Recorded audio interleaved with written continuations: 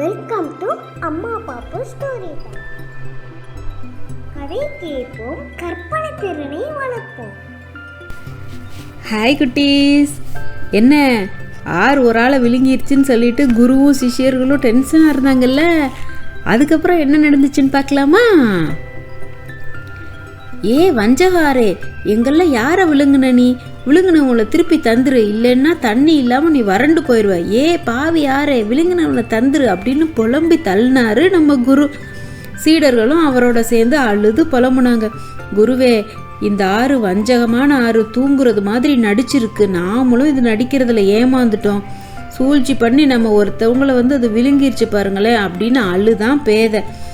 ஆற்றோட சூழ்ச்சியை பற்றி என்னோட தந்தை நிறைய சொல்லியிருக்காரு. அவர் ஏற்கனவே ஆறுகிட்ட ஒரு முறை ஏமாந்துருக்காராம் அப்படின்னு புலம்புனா மட்டி. என்னது, ஆற்றோட சூழ்ச்சியில் உங்கள் தந்தை ஏமாந்துருக்காரா? அவர் எப்படி ஏமாந்தார்? விளக்கமா சொல்லு அப்படின்னு பரபரப்போட கேட்டார் குரு. குருவே, என்னோட தந்தை உப்பு வணிகம் செய்வார். அவர்கிட்ட ஒரு கழுதை இருந்துச்சு. அதுக்கு மேலே உப்பு மூட்டையே ஏற்றிக்கிட்டு ஒரு நாள் அவர் ஆற்று வழியாக கடக்க போனார். அப்போது சாக்கு மூட்டையில் நிறைய உப்பு இருந்துச்சு. அது நல்லா தான் தச்சிருந்தாங்களாம். அந்த மூட்டை நிறைய உப்பை ஏற்றிக்கிட்டு அந்த கழுதை மேலே அவர் ஆற்ற கடந்திருக்காரு. நல்ல வெயில் அடித்தனால அவங்க ரெண்டு பேருக்கும் ரொம்ப வேர்த்துச்சான். அதனால ஆற்று தண்ணியில் நல்லா முங்கி விளையாண்டு எந்திரிச்சிருக்காங்க. கொஞ்ச நேரத்துக்கு அப்புறம் பார்த்தா கழுதை எந்திரிக்கிதான் வெறும் காலி சாக்கு மட்டும்தான் அதோட முதுகில் இருந்துச்சான். அதில் இருந்த உப்பு கொஞ்சம் கூட இல்லையாம். இதை பார்த்து என்னோட அப்பா ரொம்ப அதிர்ச்சி ஆயிட்டாங்களாம். மூட்டையில் ஒரு ஓட்டை கூட இல்லை. ஓட்டையே இல்லாமல் எப்படி எல்லா உப்பும் எங்கே காணாமல் போச்சு அப்படின்னு அப்பா தேடினாங்களாம். அப்போ தான் தெரிஞ்சிச்சான் இந்த ஆறோட சூழ்ச்சி. அந்த ஆறு எங்கள் அப்பாவை நல்லா ஏமாந்திருக்கு. அதை நினச்சி எங்கள் அப்பா கரையில் உட்காந்து அழுதுகிட்டு இருந்தாராம். அப்பா அங்கே ஒருத்தவர் ஏன் இப்படி அழுது புலம்புறீங்க அப்படின்னு கேட்டாராம். நடந்ததை எல்லாத்தையும் எங்கள் அப்பா சொன்னாங்களாம். அதுக்கு அவர் சொன்னாராம், உப்பை தின்ன இந்த ஆறு உன்னையும் உன் கழுதையும் விழுங்காமல் விடாது.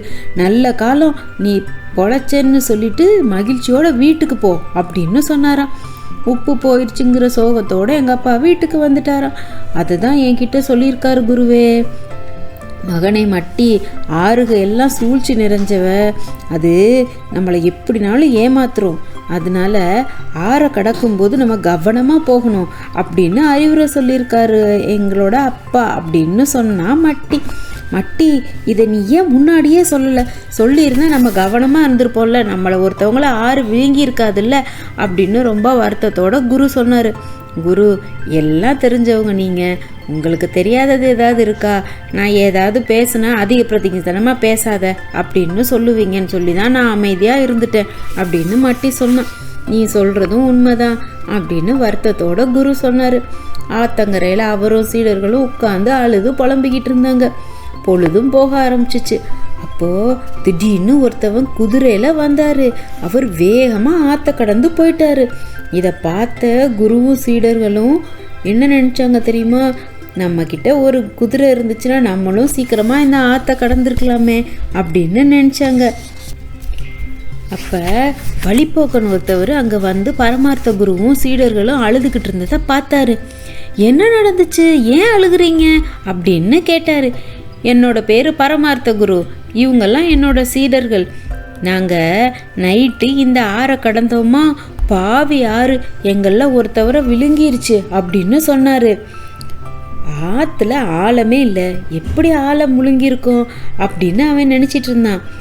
யார் இந்த ஆறு விழுங்குச்சு அப்படின்னு கேட்டான். நாங்கள் 6 பேர் ஒன்றா சேர்ந்து வந்தோம். இப்போ நாங்கள் 5 பேர் தான் இருக்கோம். எங்கெல்லாம் யாரை விழுங்கிருச்சுன்னு எங்களுக்கே தெரியல அப்படின்னு அவர் சொன்னார். இவங்க எல்லாரும் முட்டாளாக இருப்பாங்களோ, 6 பேர் இருக்காங்க, 5 பேருன்னு சொல்கிறாரு. எண்ணிக்கை பண்ணும்போது ஒரு ஆளை விட்டுட்டு எண்ணியிருக்காங்க, அவங்கள விட்டுட்டு எண்ணியிருப்பாங்க போல அப்படின்னு நினச்சி அவருக்கு ஒரே சிரிப்பு வந்துச்சு.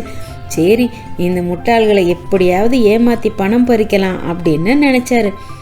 நான் ஒரு மந்திரவாதி, உங்கள் நல்ல காலம் நான் இங்கே வந்தேன். யாரை விழுங்குச்சோ அவனை என்னால் மீட்டு தர முடியும், ஆனால் அதுக்கு கொஞ்சம் செலவாகுமே அப்படின்னு சொன்னான். என்கிட்ட 5 பணம் இருக்குது, எல்லாத்தையும் தந்துடுறேன். என்னோட சீடர் உயிரோடு வந்தால் போதும் அப்படின்னு கெஞ்சினாரு குரு. ஓ, நம்மளோட பிளான் ஒர்க் அவுட் ஆயிடுச்சு, இந்த முட்டாள் குரு கிட்ட இருந்து நம்மக்கிட்ட பணம் கிடைக்க போகுது அப்படின்னு அவன் மகிழ்ச்சியில் துள்ளி குதிச்சான். குருவே, உங்களுக்காக 5 பணத்துக்கு ஒத்துக்கிறேன் அப்படின்னு சொன்னார். கையில் இருந்த பிரம்பை அவர்கள்கிட்ட காட்டினாரு. இது சாதாரண பிரம்பு இல்லை, இது ஒரு மந்திர பிரம்பு.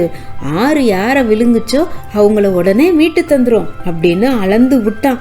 தன்னோட இடுப்பில் வச்சிருந்த அந்த பையை எடுத்தாரு குரு. அதிலிருந்து 5 பணத்தை எடுத்து அவன்கிட்ட கொடுத்துட்டான். பெரம்ப ஆட்டிய அவன் ஓம் சூ மந்திரகாளி அப்படின்னு சும்மா கத்துனான். ஏதோ மந்திரம் சொல்கிற மாதிரி நடித்தான். மந்திரம் வேலை செய்ய போகுது, நான் சொல்கிறது மாதிரி எல்லாரும் நடந்துக்குங்க அப்படின்னு சொன்னான்.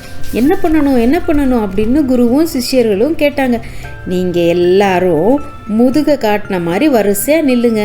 நான் இந்த மந்திர பெரம்பால் ஒவ்வொருத்தவங்க முதுகுலையும் ஒரு தடவை ஓங்கி அடிப்பேன். அடித்த உடனே முதலாவது இருக்கிறவங்க பெரம்படி வாங்கினோம்னா 1 அப்படின்னு சொல்லணும். அது மாதிரியே 2வது இருக்கிறவங்க 2 அப்படின்னு சொல்லணும்.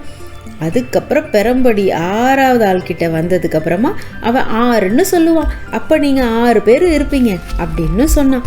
சரின்னு கேட்டு எல்லாரும் வரிசையாக நின்னாங்க. முதல்ல நம்ம பரமார்த்த குரு நின்னார். அவர் முதுகில் ஓங்கி பெரம்பால் அடித்தான். வலி தாங்க முடியாத அவர் 1 அப்படின்னு அலர்னாரு. அடுத்து மூடன் முதுகில் அடித்தான். அவன் 2 அப்படின்னு குரல் கொடுத்தான். கடைசியாக மிலேச்சனோட முதுகில் பெரம்படி விழுந்துச்சு. அவன் 6 அப்படின்னு கத்துனான். 6ன்னு கேட்டதும் குருவுக்கும் சிஷியர்களுக்கும் மகிழ்ச்சி தாங்க முடியல. பெரம்படினால வந்த வலியை கூட மறந்துட்டாங்க. மந்திரவாதியே, நல்ல நேரத்தில் வந்தீங்க. 6 விழுங்கினவனை நீங்கள் மீட்டு கொடுத்துட்டீங்க. உங்களுக்கு எப்படி நன்றி சொல்கிறதுன்னே தெரியலை அப்படின்னு சொல்கிறாரு. வீண் பேச்சு பேசலாம் நேரம் இல்லை. எல்லாரும் திரும்பி பார்க்காம வேகமாக போங்க. அப்போ தான் இந்த மந்திரம் வேலை செய்யும். திரும்பி பார்த்தவங்கள என்னால் மறுபடியும் காப்பாற்ற முடியாது. ஓட்டமாக ஓடுங்க அப்படின்னு அவன் கத்துனான்.